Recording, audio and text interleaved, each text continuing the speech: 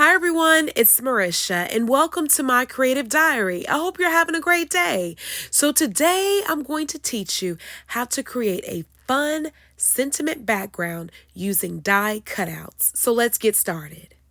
The products that are featured in today's video are by Elizabeth Craft Designs Winter Greens die set, Sizzix Hollyberry Thinlits die set, and Honeybee Stamps Buzzwords Merry and Christmas die set. So let's get started.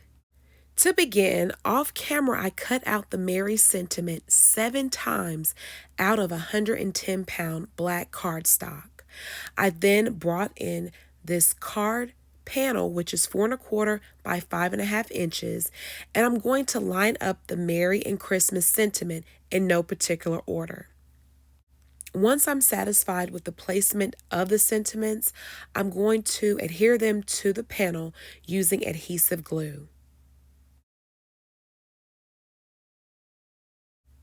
Once I'm done adhering the sentiments to the panel, I'm then going to cut off the pieces that are hanging off of the panel. There is a little gap on the front of this panel, but guess what? That is okay, because I'm going to take one of the pieces that I cut off and fill in that gap. This is also another great card that you can mass produce. Super easy, super fun. Actually, this is one of my favorite cards that I have created so far for this holiday card series. After I filled in the gap, I'm going to cut off the excess. And as you see, a completed sentiment background. So cute. Now it's on to the next step. I now brought in the hollyberry berries and leaves, in which I cut out of metallic cardstock. I also wanted to add dimensions, so I also cut them out in black cardstock and adhered them to the back of the berries and leaves using adhesive glue. This step is optional, so you have the option to where you can just leave the berries and the leaves as is, or if you want to add the dimension, add the extra cardstock. Now that I'm done, it is on to the next step. I am now bringing in my stitch frame die. This is my favorite die.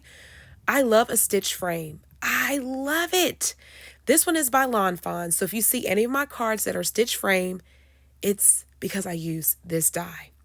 After I run it through the die cutting machine, there you have it. Ta-da! I'm loving it. We have now come upon this part of the tutorial where I went back and forth. Do I keep the bottom part of the panel and just lift up the other part? Or do I just remove this part right here and just keep the other part? I went back and forth. But then I finally made a decision. I'm just going to use the stitch panel.